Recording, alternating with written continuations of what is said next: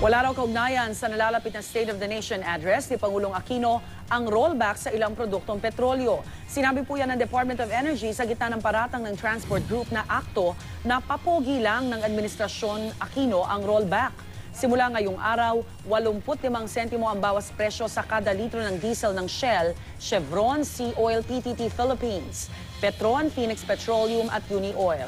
75 sentimo naman ang tapya sa kada litro ng kerosene ng Shell, Chevron, Sea Oil at Petron.